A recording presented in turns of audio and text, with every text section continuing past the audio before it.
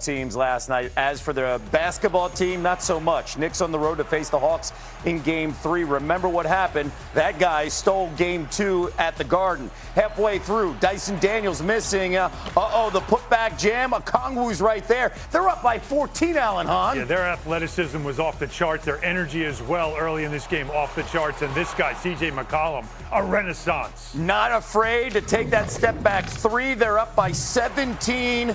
Jalen Brunson to Miles McBride. The triple here. Here comes the comeback. They're within 4. 4 minutes to go. 5-point game. Karl Anthony Towns driving. And then Jalen Johnson. Access denied. Anunoby has it. Steps back. Corner 3. Shot clock expires. Yes. Knicks within 2. 1:47 to go. Anunoby to McBride. McBride got it. We're tied at 105. 68 seconds left. And it's Jalen Brunson. The finish right here. You hear the whistle and 1. Knicks up by 3 after the free throw and feeling good. Are they going to steal one on the road? Here comes Johnson. Blocked by Towns. He gets it back. Hawks down 1 now. Same score. And here comes Brunson trying to create separation. Tough shot here, Alan. This is after the shot clock, late in the shot clock. He's got nothing else. His footwork's not working. That's excellent defense from the Hawks. And that's an air ball from the captain. Okay, 1-point game now. Hawks are down. McCollum driving. You know he wants the matchup. I mean, what a great play out of the timeout. This is out of a timeout, an outstanding play. He gets to his right hand. Knicks got to play better defense than that. Ice in his veins, and then 10 seconds left. This is what you want. You got your guy with the ball. Down 1. Look at the defense. And they don't get a shot. No, look at the defense. They converged. Everybody in the gym knew who was taking this shot, right? So everybody went to Brunson, and they took away all options. Suddenly, the conversation is no longer the Hawks stunning the Knicks and stealing one. Now they're in control of the series 2-1 with Game 4 back at home. Let's bring in Monica McNutt as well. Monica, what was your biggest takeaway from this Knicks loss? Good morning, Nagandi and Hahn. You know, I thought that the Knicks have struggled to create quality shots. I mean, outside of Deuce McBride and OG Anunoby, who shot some gutsy threes, overall as a team, they have not shot the 3-ball, and therefore they've not been able to create space in terms of dribble penetration and to allow sprays. It seems like it's a lot of iso ball because, Hahn, I heard you mention this, the athleticism and the energy, the Hawks have been content to guard one-on-one, and it has posed some problems in the last 2 games. I'll tell you what, I have been saying this on this show as the playoffs began. There is a Dragon Slayer at the bottom of the East bracket. The Hawks might be the Dragon Slayer.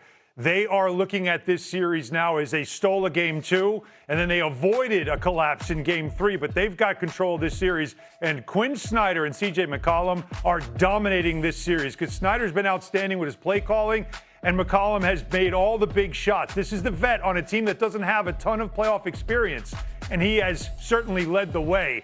But for the Knicks, execution, a major problem. Mike Brown is trying to find combinations that'll work. As I said before, everybody knew who was taking this shot. Jalen Brunson, clutch player of the year last year. And the Hawks went around him, converged with tons of length. He had nowhere to go. He threw the ball away, and the Knicks lose this game. And this is now a dangerous place where the Knicks are, a team that thought they could go on a run. Because when you think about a 1-1 playoff series, okay, there has been 274 1-1 series. The winner of Game 3 has won the past 202 times. That's 74% to you and me. Okay, with all that information, I've got to ask you guys this. Monica, are the Knicks in danger of losing this series?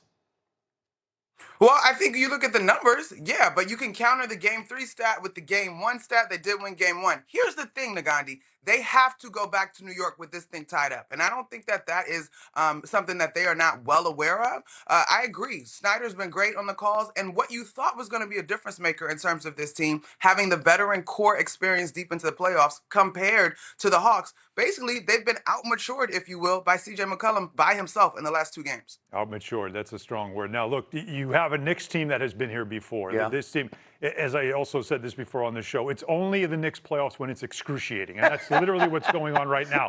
But they are a team that fights. They are a team that comes back all the time.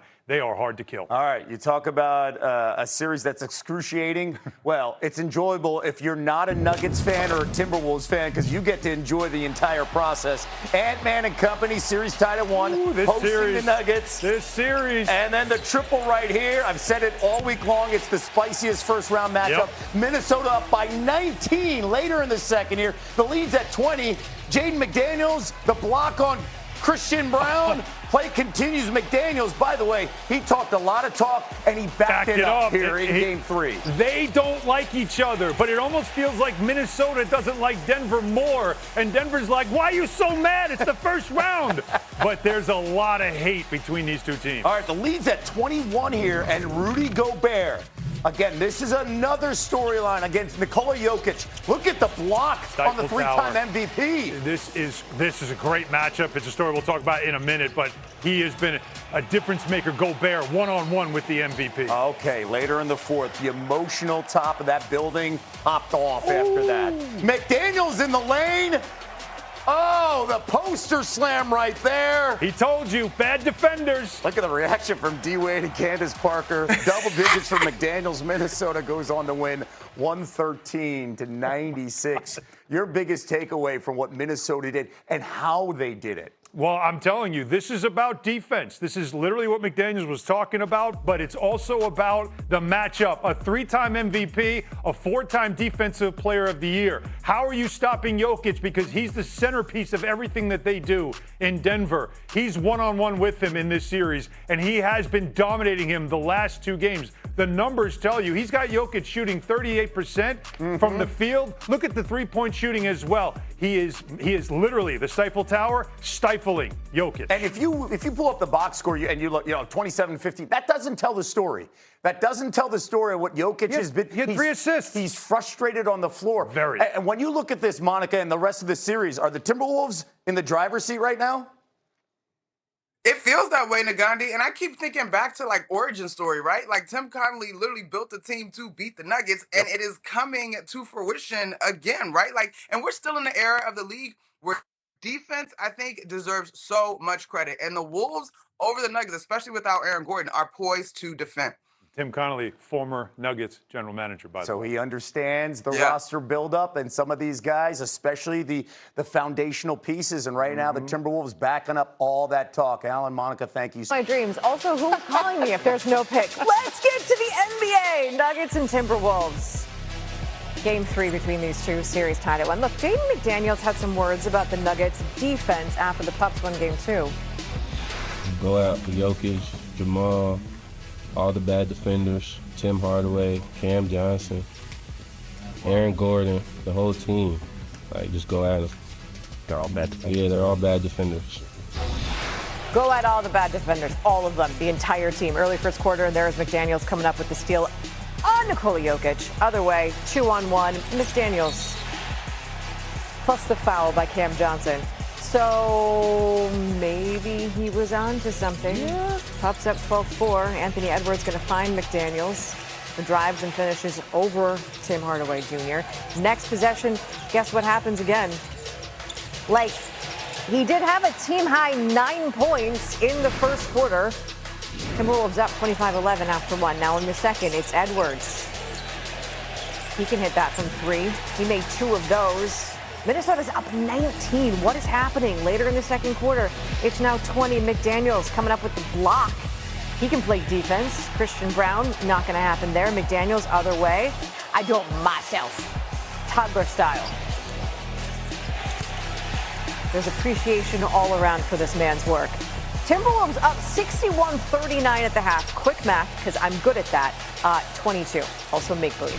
But that's reality. The make-believe is just the whole draft scenario. Third quarter, Pups up 22. Rudy Gobert coming up with the block on Jokic. Minnesota, quick action, defense, offense, Julius Randle. Can we look at that block again? See how I asked for it and it just like shows that? That's like the post-vacation power kind of thing. Naz Reid to Gobert for the dunk. Serious, McDaniels may have had a point. It was 88-68 after 3 in the fourth. It's now 88-72. Randall finding Ayo Dosunmu. It's now 90-72. How about Hardaway Jr. driving, taking a fifth foul. on Edwards, by the way. Edwards would then head to the locker room for the second time this half. Also, like, we know we had the injury earlier, but, I mean, the lead was comfortable. McDaniels, 20 points, 10 rebounds. D-Wade, Candace Parker, they seem to be a bit, what does this say? Like a WWE reaction here? 113.96.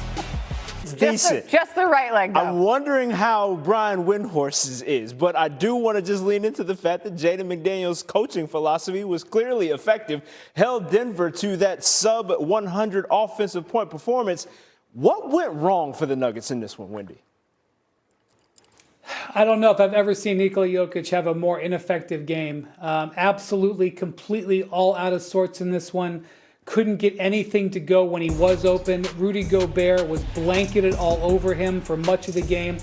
He missed 19 shots in this game. He missed 12 in game 2. That's 31 missed shots in 2 games. He's never had a streak like that in the playoffs. Gobert ran an absolute masterclass, denying him the ball, challenging him.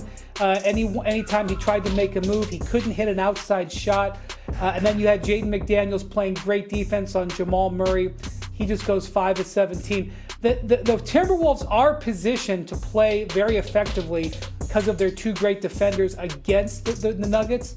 But even by that standard, this was unacceptable. And then defensively, without Aaron Gordon in this game, the Nuggets needed great offense, and Aaron Gordon's calf injury now becomes the centerpiece of this series going forward. Health has always been pivotal when it comes to Denver and their potential, and we'll see exactly if they can correct the aberration that this game was